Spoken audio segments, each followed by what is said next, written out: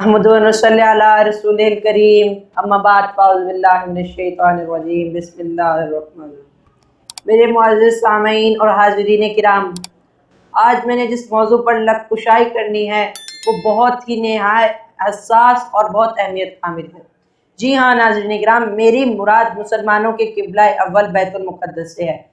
آج ہم بیت المقدس کے تاریخی پس منظر کو جانیں گے تاکہ ہم آج کے موجودہ حالات میں درست بات کی نشاندہی کریں اور پھر اس کا تجزیہ کر کے ایک فیصلے پر پہنچ سکیں اور اس فیصلے کو اپنی اخلاقی اور ایمانی ذمہ داری سمجھ کر بھرپور طریقے سے ادا کر سکیں اور آخرت کے روز خالق کائنات اور میرے اور آپ کے آقا کریم حضرت محمد مصطفیٰ صلی اللہ علیہ وآلہ وسلم کے سامنے سرخرو ہو سکے۔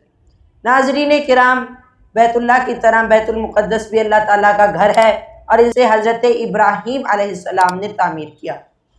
حضرت ابراہیم علیہ السلام نے بیت اللہ کی تعمیر کے 40 سال بعد بیت المقدس کی تعمیر کی۔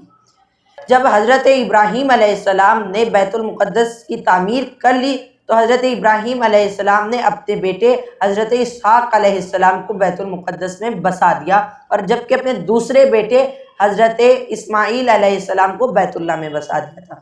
جی ہاں ناظرین کرام، اس کے بعد اللہ تعالیٰ نے حضرت اسحاق علیہ السلام کی اولاد میں بنی اسرائیل کا عظیم الشان سلسلہ قائم فرما دیا۔ اسرائیل حضرت یعقوب علیہ السلام کا لقب تھا اور آپ کی اولاد کو بنی اسرائیل کہا جاتا تھا۔ سامعین کرام، یہ سلسلہ اللہ تعالیٰ نے خاص طور پر حضرت یعقوب علیہ السلام کو عطا فرمایا تھا، اور اللہ تعالیٰ نے اس سلسلے میں 4 مشہور آسمانی کتابوں میں سے 3 مشہور آسمانی کتابیں توریت، زبور اور انجیل نازل فرما دی۔ جی ہاں، اللہ اس بنی اسرائیل پہ اپنی رحمت فرما رہا ہے، لیکن پھر کیا ہوا کہ پھر جب بنی اسرائیل نے بغاوت کی تمام حدوں کو عبور کر دیا اور وہ سرکشی اور نافرمانی پر اتر آئے تو اللہ تعالیٰ نے متعدد جابر قوموں سے انہیں سزا دلوائی۔ بیت المقدس کئی بار اسرائیل کے ہاتھ سے نکل گیا اور کئی بار متعدد قومیں ان پر وقتاً فوقتاً عذاب بن کر اترتی رہیں، لیکن عزیزان، یہ پہلا وقت تھا جب بنی اسرائیل نے اللہ تعالیٰ سے اپنے گناہوں کی معافی مانگ لی اور اللہ سے رجوع کر لیا، تو اللہ تو بے شک بخشنے والا اور مہربان ہے، تو اللہ تعالیٰ نے ان کے گناہوں کو معاف فرما دیا۔ پھر اللہ تعالیٰ نے اس سلسلہ میں قرآن مجید میں 2 جنگوں کا ذکر کیا ہے۔ پہلی جنگ جس میں حضرت موسیٰ علیہ السلام کی قیادت میں کی گئی، اور اس میں بنی اسرائیل کو فرعون جیسے ظالم اور جابر بادشاہ سے نجات ملی۔ لیکن جب اللہ تعالیٰ نے بنی اسرائیل کو حکم دیا کہ وہ حضرت موسیٰ علیہ السلام کی قیادت میں جہاد کریں فرعون کے خلاف، تو بنی اسرائیل نے انکار کر دیا، حالانکہ اللہ نے وعدہ فرمایا تھا کہ وہ اللہ تعالیٰ اس جہاد میں بنی اسرائیل کی مدد فرمائیں گے، لیکن بنی اسرائیل کی نگاہ ظاہری مال و اسباب سے آگے نہ بڑھی اور انہوں نے جہاد نہ کیا۔ پھر اللہ تعالیٰ نے ان پر اپنا عذاب بھیجا اور 40 سال تک ان کا داخلہ بیت المقدس میں حرام قرار دے دیا، اور 40 سال تک بنی اسرائیل صحرائے سینا میں بھٹکتے رہے۔ پھر اس کے بعد ایک نئی نسل آئی جس نے حضرت یوشع بن نون علیہ السلام کی قیادت میں جہاد کیا۔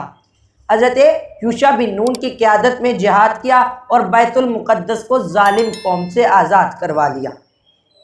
پھر یہ تھی پہلی جنگ ناظرین کرام جس کا قرآن مجید میں تذکرہ موجود ہے۔ آئیے دوسری جنگ کی طرف چلتے ہیں جو کہ جالوت بادشاہ کے خلاف حضرت طالوت علیہ السلام کی قیادت میں کی گئی۔ اس جنگ میں حضرت داؤد علیہ السلام بھی شریک تھے۔ اللہ تعالیٰ نے حضرت داؤد علیہ السلام کے ہاتھوں نوجوانی کی عمر میں فتنہ جالوت کا خاتمہ کرا دیا اور بنی اسرائیل کو فتح سے ہمکنار کر دیا۔ معزز ناظرین کرام، یہ وہ وقت تھا کہ جب بنی اسرائیل انبیاء کرام علیہم السلام کی تعلیمات کے علم بردار تھے اور انبیاء کرام تعلیمات کے وارث تھے، لیکن سامعین کرام، آج صورتحال اس کے بالکل برعکس ہو چکی ہے۔ بنی اسرائیل کے دونوں ہی گروہ، یہودی عیسائی، دونوں ہی آسمانی تعلیمات سے گر چکے ہیں، بلکہ نہیں وہ اس قدر اس سے بھی نیچے گر چکے ہیں کہ انسانی سوسائٹی میں اسلامی تعلیمات کی عملداری سے مکمل طور پر دستبردار ہو چکی ہیں۔ معزز ناظرین کرام، یہی وجہ ہے کہ آج انبیاء کرام علیہم السلام کے مولود و مسکن پر بیت المقدس کے وارث صرف اور صرف مسلمان ہے۔ بیت المقدس پہ بنی اسرائیل کا کوئی حق نہیں۔ آج صرف اور صرف مسلمان ہی اللہ تعالیٰ کے قوانین اور وحی الہی کے نفاذ کے علم بردار ہیں، اور بیت المقدس صرف اور صرف مسلمانوں کا حق ہے۔ اگلا حصہ ضرور سماعت فرمائیں۔ السلام علیکم ورحمۃ اللہ وبرکاتہ۔